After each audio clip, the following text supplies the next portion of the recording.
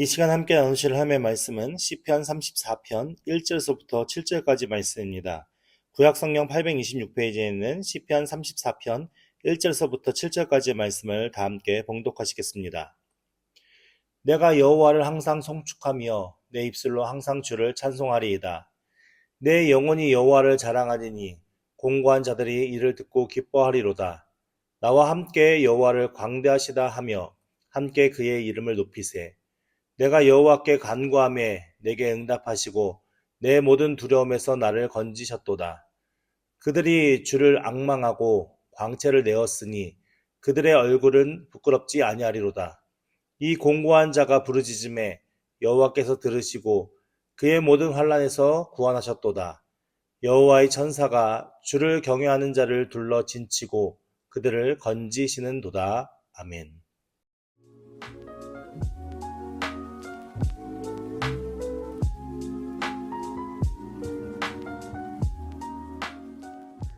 오늘 시편 34편의 말씀의 표지어를 보면 다윗이 아말렉 앞에서 미친 채 하다가 쫓겨나서 지은 시라고 되어 있습니다. 여기서 아비멜렉이라고 얘기했는데 아비멜렉은 쉽게 표현하자면 왕, 그러니까 그 부족과 그 그룹의 지도자를 얘기하는 거거든요. 사실은 아비멜렉이라고 여기 시편 표지에는 쓰여 있는데 사무엘상에 표현되어 있는 표현은 가드 왕 아기스예요. 가드 왕 아기스. 그러니까는 다윗이 사울에게 쫓겨서 아히멜렉을 만나러 가고 아히멜렉 제사장을 만나서 어떻게 하죠? 그 진설병을 먹잖아요. 진설병 떡을 달라고 하는데 떡이 없어가지고 거룩한 떡밖에 없습니다. 진설병을 먹게 되고 그리고 그 이후로 그 아히멜렉을 떠나서 이제 간 곳이 가드왕 아기스한테 가거든요. 그러니까 더 이상 피할 곳이 없었기 때문에 어떻게 가냐면은 가드왕이라는 것은 블레셋을 얘기해요. 블레셋이 6개 국가, 그러니까 6개가 있는 그 연합체를 블레셋이라고 하는데 그 중에 가드왕을 찾아가는 거예요. 그러니까 다윗 입장에서 가드왕을 찾아갔다는 건 결국 뭘 얘기하는 거예요? 더 이상 피할 곳이 없어서 적군에게 넘어간 거예요. 이스라엘 땅을 벗어나서 블레셋 지역 적군에게로 넘어간 거거든요. 그만큼 다윗이 지금 처해 있는 형국 자체가 어렵고 힘들고 고통스러워서 결국은 더 이상 도망갈 곳도 마땅치가 않아서 어떻게 하면은 블레셋 쪽으로 넘어가서 가드 왕이 살고 있는 그 지역까지 이제 이르게 되었습니다. 근데 그때에 가드 왕에게 찾아갔을 때에 그 지역에 갔을 때에 그 사람들이 이제 블레셋 사람들이 다윗이 골리앗을 죽이고 나서 그리고 계속 블레셋과의 전투를 했던 상대편의 유능한 장수잖아요. 그리고 그 지역 안에서 사울은 천천히요 다윗은 만만히로다라는 이 찬양이 이스라엘 땅에만 국한되어 있는 게 아니라 블레셋 사람들도 알고 있었거든요. 그러니까 다윗이 얼마나 이스라엘 안에서 존경받는 장수인지를 알고 있었기 때문에 가드 사람들이 그 장수들이 어떻게 하자고 하면은 가드 왕 아기스에게 죽입시다라고 얘기를 해요. 다윗을 죽여버립시다. 근데 다윗이 이스라엘로 넘어가면 사울이 자기를 죽이고 지금 여기서 가만히 있으면 가드 왕에게 자기가 죽임을 당할 수밖에 없는 그런 상황이기 때문에 어떻게 하냐면 미친 척을 해요. 막 침을 질질 흘리고 쓰면서 막 자신이 이제 미친 척을 하는 그것이 이제 사실은 미친 사람은 아닌데 미친 척을 한 거잖아요. 근데 가드왕 보기에는 그게 이제 효과가 있었나 봐요. 그러니까는 가드왕이 야, 이봐, 제정신도 아닌 이 사람이 뭘 할 수 있겠냐. 그래서 죽이진 말고 그냥 내버려 두자 하고서 이제 다윗을 살려주거든요. 그렇게 미친 채 하다가 이제 어떻게 보면 죽음을 맞이할 수밖에 없는 그런 상황 속에서 어떻게 보면 하나님의 은혜로 자신이 그 건짐을 받은 그 상황에 이르러서 쓴 시가 오늘 이 시편 34편의 시거든요. 그러니까 배경을 여러분들 아시겠죠? 어떤 상황이었었는지. 그러면서 34편 시에서 이제 다윗이 고백하는 첫 번째 문장이 뭐냐면 내가 여호와를 항상 송축하며 내 입술로 항상 주를 찬양하리이다. 내가 여호와를 항상 송축하며 라는 의미 속에서는 예배하다, 섬기다 이런 의미가 같이 포함되어 있는 거예요.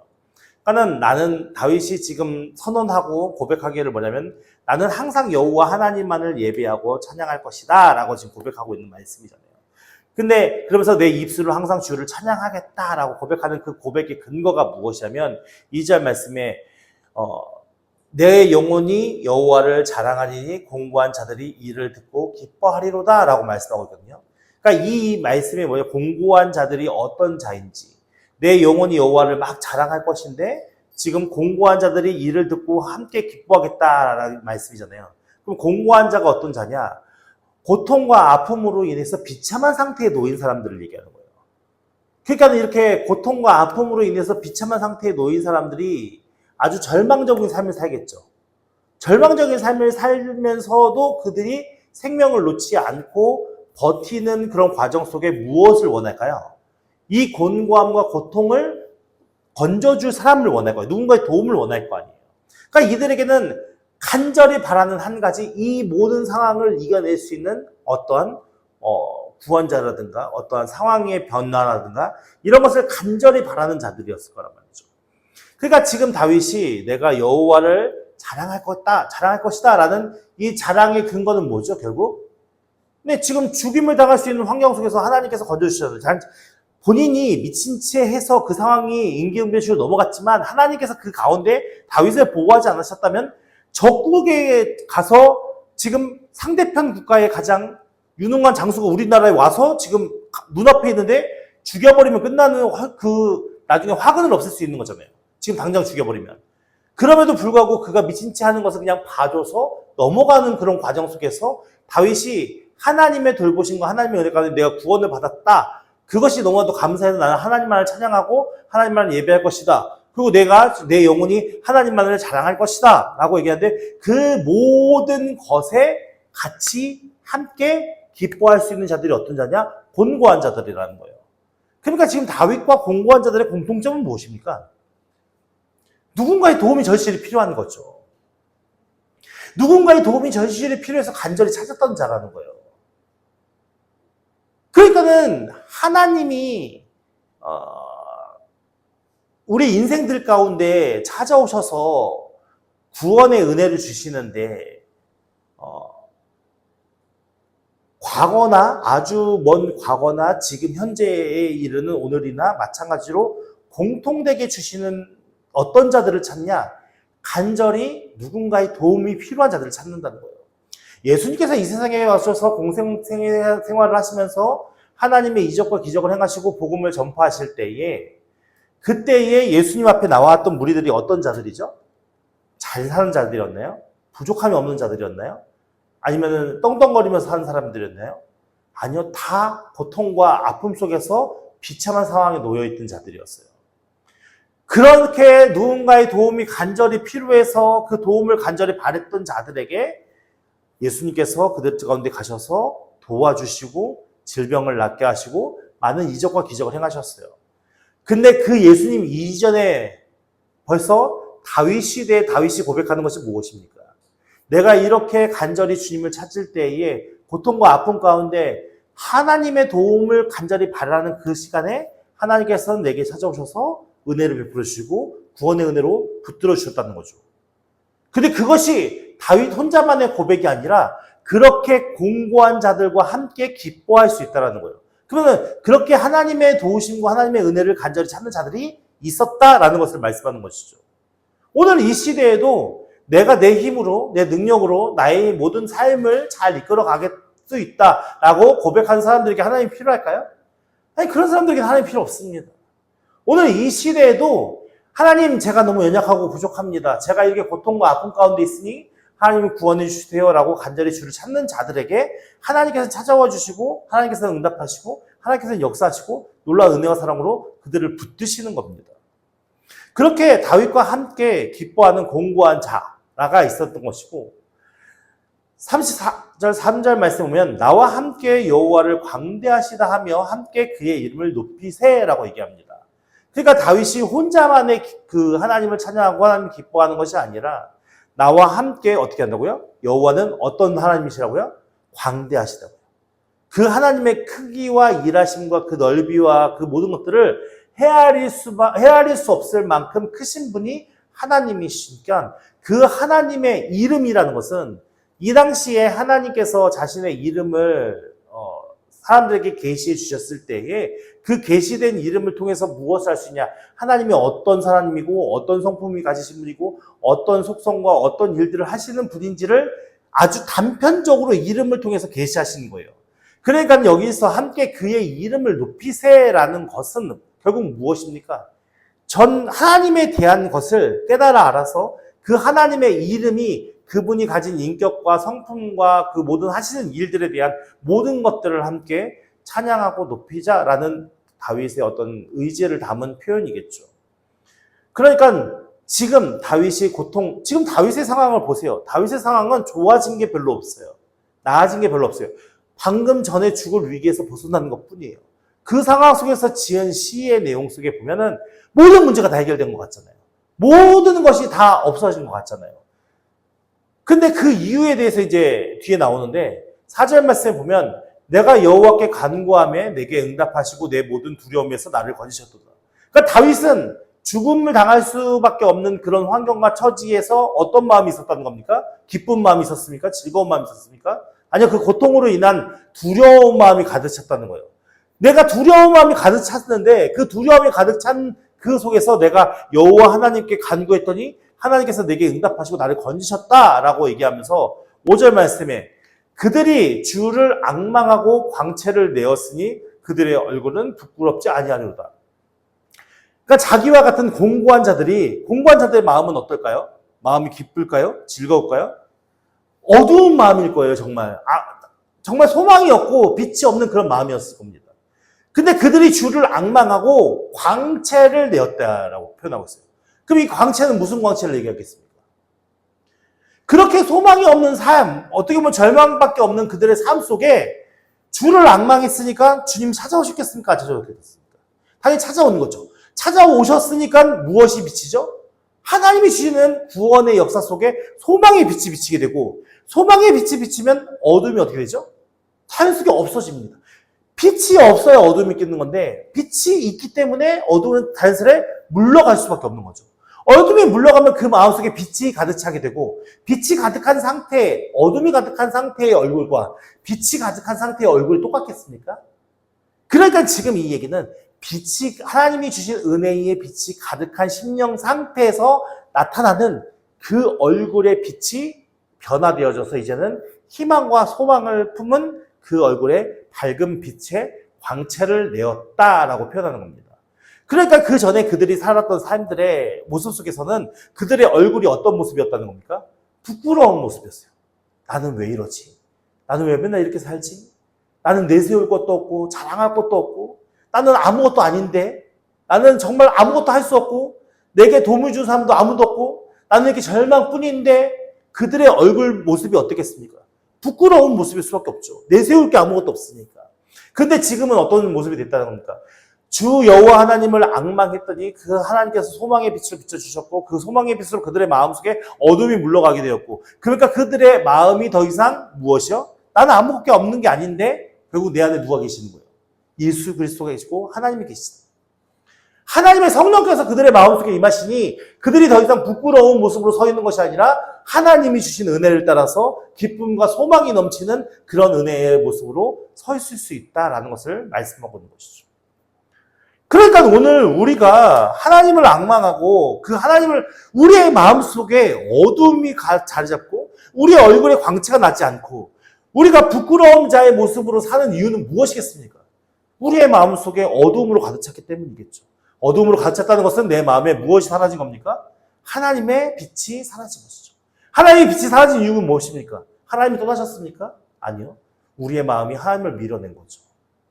세상의 염려, 세상의 걱정, 세상의 시선, 내 욕심과 내 이기심이 결국 무엇을 하게 만듭니까? 하나님과 나 사이를 멀어지게 만들어진 것이고 하나님과 나 사이가 멀어지니 결국 내 마음속에 무엇이 사라진 겁니까? 하나님 주신 은혜의 소망의 빛이 사라지게 되는 것이죠. 예수님을 믿는 자, 하나님을 섬기는 자들의 얼굴에는 광채가 있어야 되고요. 그 얼굴에는 부끄럽지 아니해야 하는 것입니다. 언제나 당당하게, 겸손하게 그렇게 하나님의 소망을 품고 그 은혜 안에서 기뻐하며 즐거워하며 함께 찬양하며 그렇게 하나님을 예배하고 섬기는 자들이 되어야 되는 것입니다. 오늘 우리의 모습이 그런 모습 가운데 있나요? 오늘 우리 안에 잃어버린 것이 무엇입니까? 우리 안에 지금 무엇을 품고 살아가고 있습니까? 6절 말씀에 이 공고한 자가 부르짖음에 여호와께서 들으시고, 지금 다윗 자신을 뭐라고 표현하고 있어요? 곤고한 자로 표현하고 있습니다. 내가 이렇게 절망과 아픔 속에서 어떤 누구도 의지할 수 없는 그런 형국 속에 죽음을 맞이할 수밖에 없는 그런 상황임에도 불구하고 내가 하나님 앞에 부르짖었더니 하나님이 그것을 들으시고 그의 모든 환난에서 나를 구원하셨다라고 말씀하는 것이죠. 우리가 출애굽 여정 속에서도 이스라엘 백성들이 하나님이 이스라엘 백성들 속으로 모세와 아론을 통해서 찾아가시는 가장 근본적인 원인이 무엇이었습니까? 물론 그의 조상들과 약속하는 것도 있지만 무엇을 들으셨다고 했습니까? 이스라엘 백성에게 부르짖음을 들었다고 했습니다. 그들의 간청을 들었던 거죠, 하나님께서. 그러니까 오늘 우리가 힘들고 고통과 아픔 가운데 있다면 우리는 어떤 자들가 되어야 됩니까? 간절히 주를 부르짖는 자들이 되어야 되는 겁니다. 간절히 주를 부르짖으면 그 부르짖음을 통해서 하나님께서 들으시고 그 들으심을 통해서 결국 우리가 당하는 환난과 어려움 가운데 우리에게 찾아오셔서 하나님의 성령으로 우리를 이끄시고 인도하셔서 하나님의 놀라운 구원의 은혜 속에 우리가 그 기쁨과 그 감사의 은혜 속에 살아갈 수 있는 힘과 모든 것을 여호와 하나님께서 보호해 주시고 인도해 주신다라고 말씀하는 것이죠. 7절 말씀에 여호와의 천사가 주를 경외하는 자 둘러 진치고 그들을 건지시는 도다라고 고백합니다. 다윗이 지금 무엇을 보고 있는 거예요? 여호와 하나님을 경외하는 자들을 어떻게 한다고요? 하나님께서 그냥 혼자 걸어가게 내버려 두시는 것이 아니라 그의 모든 삶의 여정 속에 천사들이 그를 둘러 진쳐고 그들이 더 이상 어려움과 고통 가운데 서지 않고 하나님의 은혜 안에 설 수 있도록 도와주시고 인도해 주신다라고 말씀합니다. 어떤 자가요? 여호와 하나님을 경외하는 자가. 하나님을 경외하는 자는 하나님을 어떤 분이시지 아는 자고 하나님이 어떤 분이신지 아는 자는 결국 그 하나님을 전적으로 의존할 수밖에 없는 자고 그렇게 하나님을 전적으로 의존해서 찾는 자들에게 여호와 하나님께서 천사들로 하여금 그들을 둘러 진쳐서 그들을 어려움과 환난과 고통 가운데서 보호하시고 인도하신다라는 것을 지금 다윗은 고백하고 있는 겁니다. 하나님의 보호하심 가운데 있었던 아담과 하와 에덴 동산에서 그들이 에덴 동산에서 범죄함으로 말미암아 쫓겨나고 나서 그들은 더 이상 하나님을 의지하지 않고 자신을 의지하는 삶으로 인생들을 살아가고 있습니다.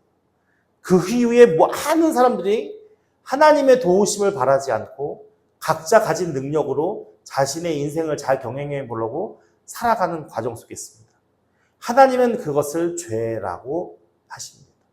왜냐하면 우리는 하나님의 지음을 받은 자들이고 하나님의 보호하심과 인도하심과 그 사랑 안에 거하지 않으면 살 수 없는 존재임에도 불구하고 우리가 하나님 앞에 어떤 존재임을 망각하고 자신의 능력과 힘과 어떤 권력을 키워서 하나님과 대적하려는 자의 모습으로 서려고 하는 게 우리 인간들의 모습입니다.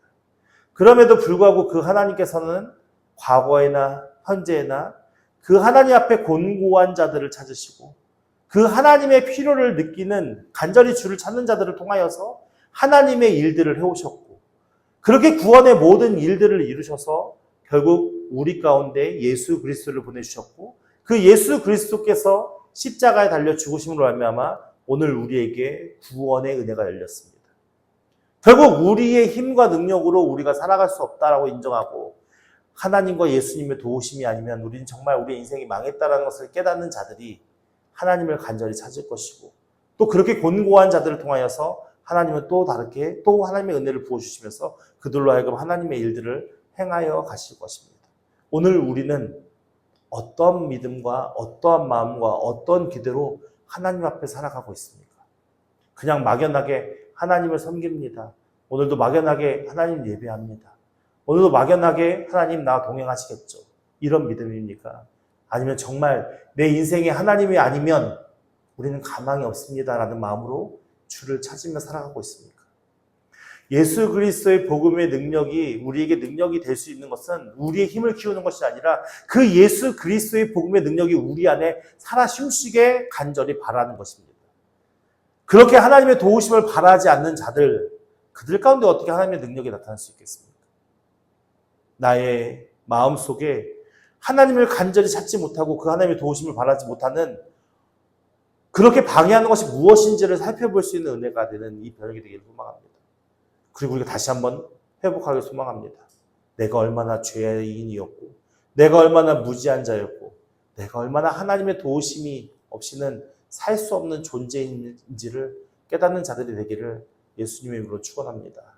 그래서 우리가 더 간절히 하나님을 찾고 예수님을 찾고 성령의 빛으로 우리의 마음을 채워서 정말 우리로 하여금 부끄러운 모습의 얼굴이 아닌 기쁨과 환희의 소망이 넘치는, 광채가 넘치는 우리의 모습 속에서 그렇게 하나님을 예배하고 찬양하고 그 하나님께 영광 돌리는 은혜의 삶으로 우리의 삶을 세워갈 때에 하나님의 그 하신 일들을 우리가 날마다 자랑하면서 그렇게 복음의 능력 안에 살아갈 수 있는 것입니다. 오늘 우리가 우리의 마음속에 품고 있는 것이 무엇인지 다시 한번 돌아보시고 우리 함께 기도하면서 하나님의 은혜를 구하는 저와 여러분 되기를 예수님으로 축원드립니다.